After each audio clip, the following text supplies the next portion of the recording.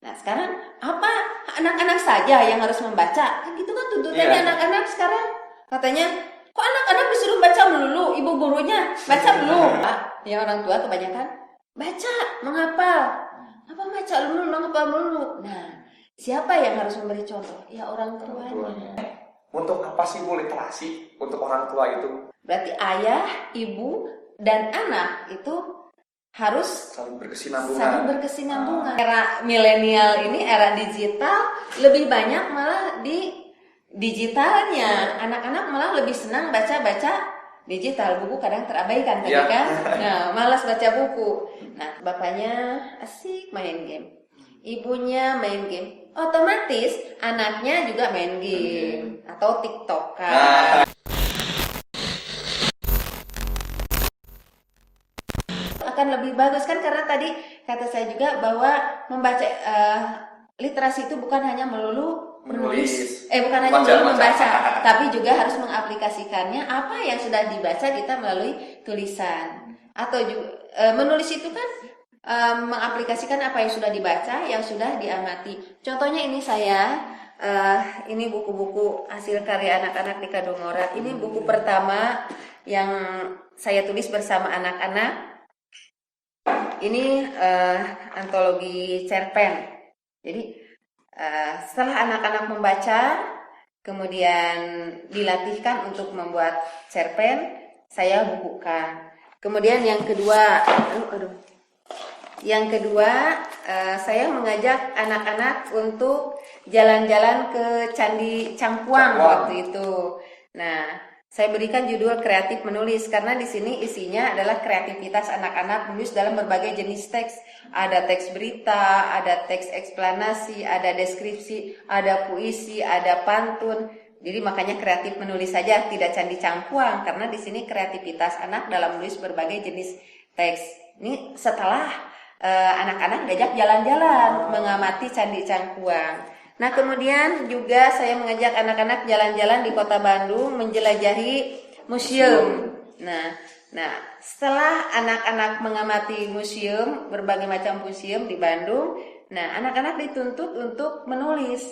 Ini saya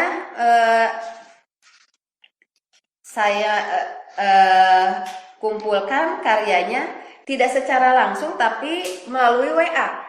Karena waktu itu habis liburan semester, jadi anak-anak setelah dibagi rapot diajak jalan-jalan ke museum. Setelah itu mengisi liburan 1 minggu di rumah. Nah, melakukan gerakan literasinya menulis. Saya dari rumah memandu melalui WA, anak-anak di rumah menulis. Kadang-kadang ada yang sampai tengah malam ingin dibimbing menulis. Bu, jangan dulu ditutup. Jangan dulu tidur, saya belum selesai menulis katanya. Jadi dalam 1 minggu, kalau salah saya kembalikan. Ini masih belum benar, tolong revisi. Balik lagi, revisi lagi, terus saja. Jadi anak-anak dengan sabar merevisi karya-karyanya sehingga layak untuk dibukukan. Berarti ini tuh hasil karya anak-anak ya Bu ya? Iya, itu hasil karya anak-anak.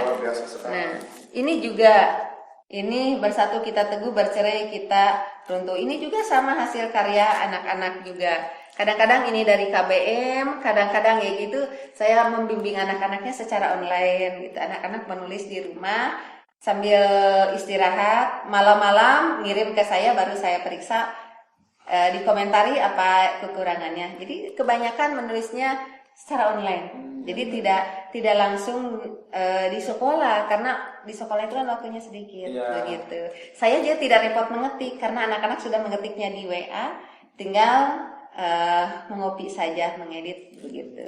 Kemudian ini yang terakhir corona.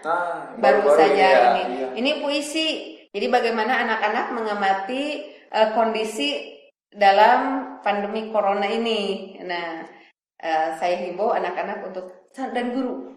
Anak-anak dan guru juga, kan guru juga tidak semua bisa menulis. Ya, jadi setiap hari sampai tengah malam kadang-kadang banyak yang laporan, nih puisinya udah selesai, saya ngedit, salah kembalikan, sudah diedit dia balik lagi, saya simpan, begitu. Ini online mengerjakannya.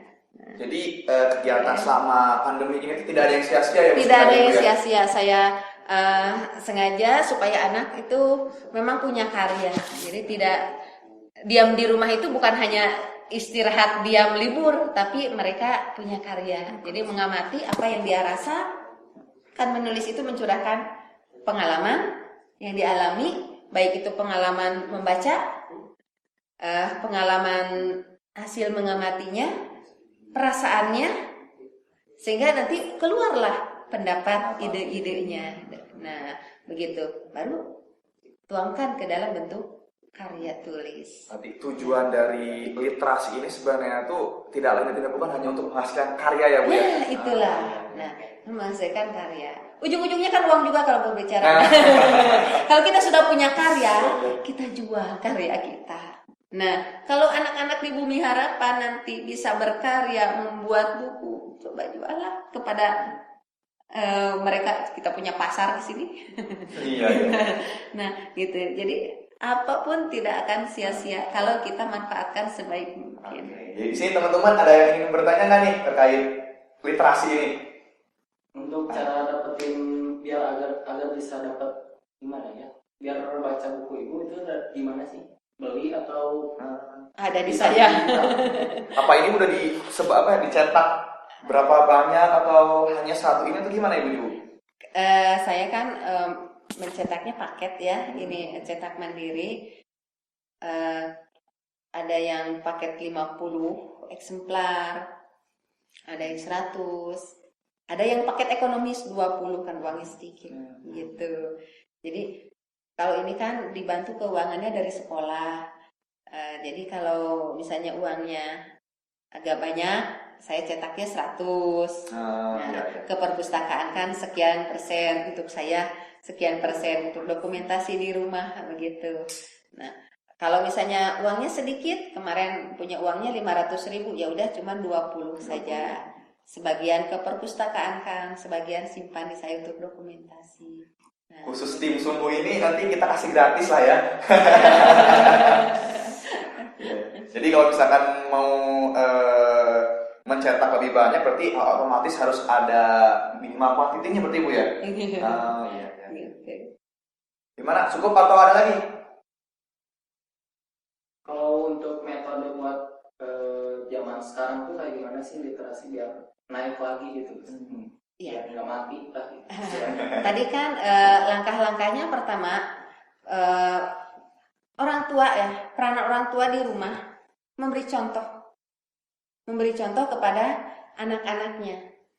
Jadi bukan hanya menyuruh, tapi orang tua harus memberi contoh. Yang kedua harus menyediakan buku-buku orang tua, atau misalnya kalau di keluarga, kalau di masyarakat berarti harus ada perpustakaan di masyarakat, perpustakaan RT, RW atau DKM, perpustakaan keliling lah Bu ya.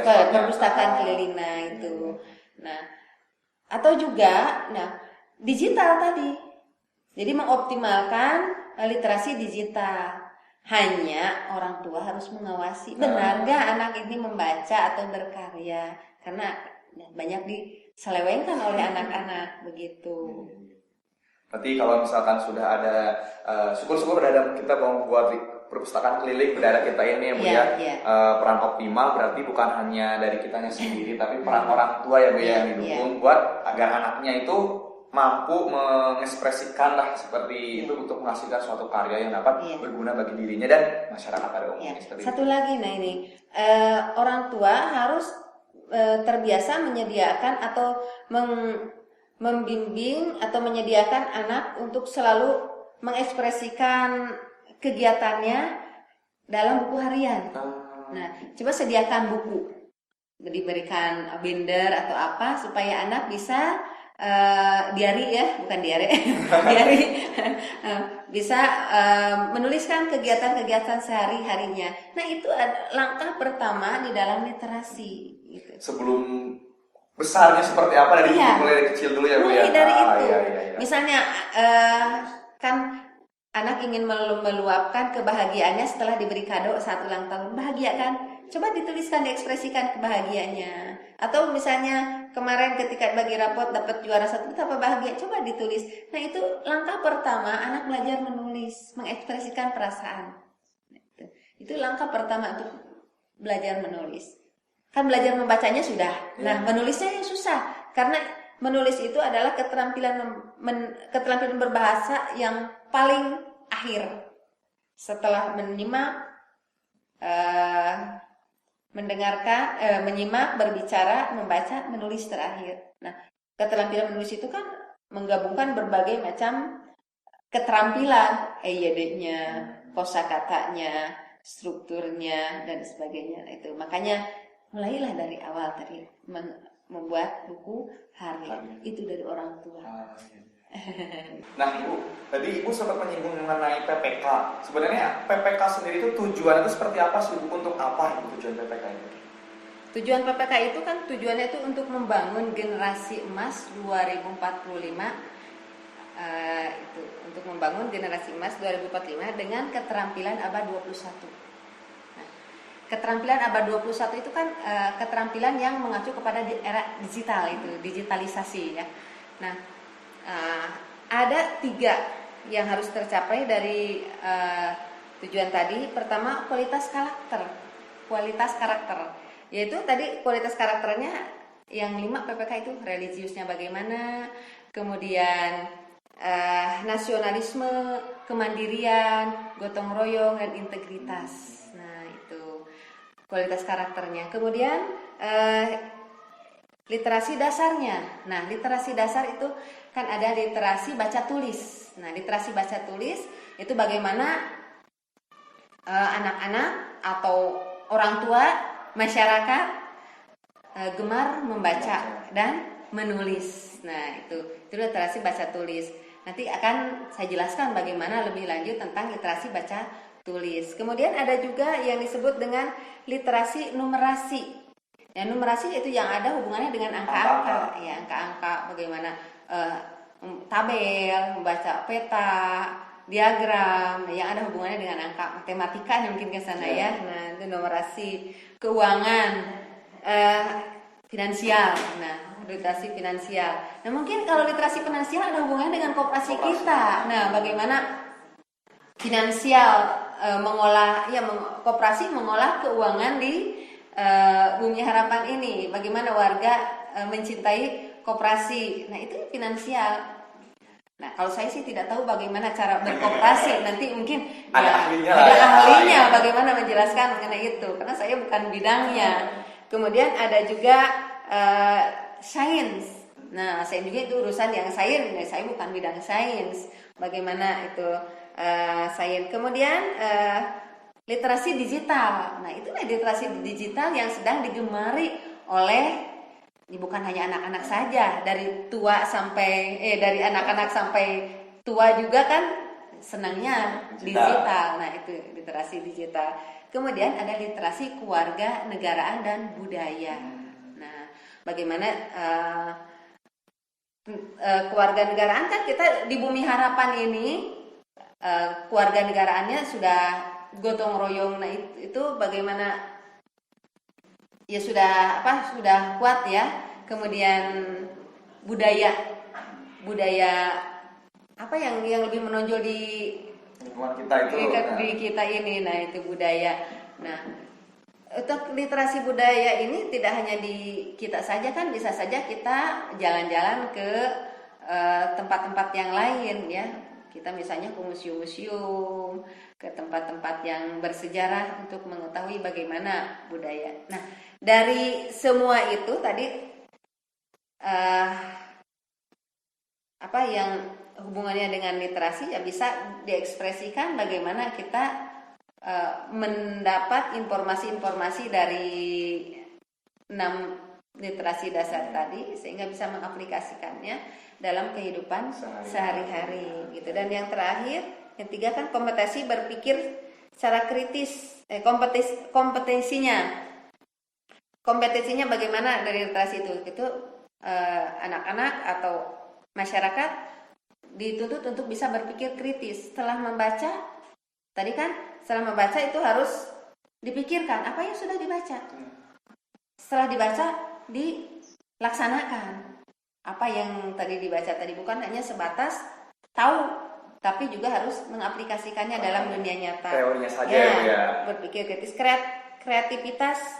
Jadi kreatif menulis, kreatif berkarya. Kalau ibu-ibu misalnya kreatif selain dari misalnya membuat pandai memasak, jenis masakan apa, kemudian dibuat tulisannya, kemudian disebarkan kepada punya resep-resep baru, sebarkan kepada orang, kemudian dipraktekkan juga, nanti timbul kreativitas itu. Kemudian komunikasi, kolaborasi, nah itu bagian dari kompetensi dari literasi itu.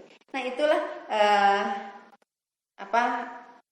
tujuan dari PPK tadi. Jadi bagaimana kualitas karakternya, literasi dasarnya, dan kompetisinya. Ya siap gitu.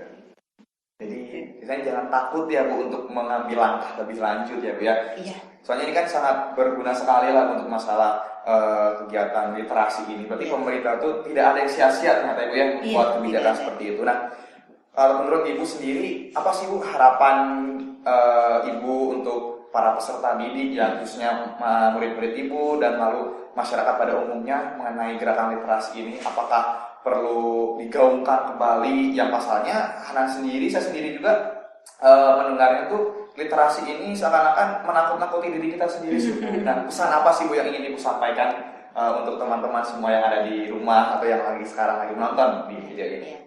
Ya, jadi pesan saya pertama pesannya kepada orang tua.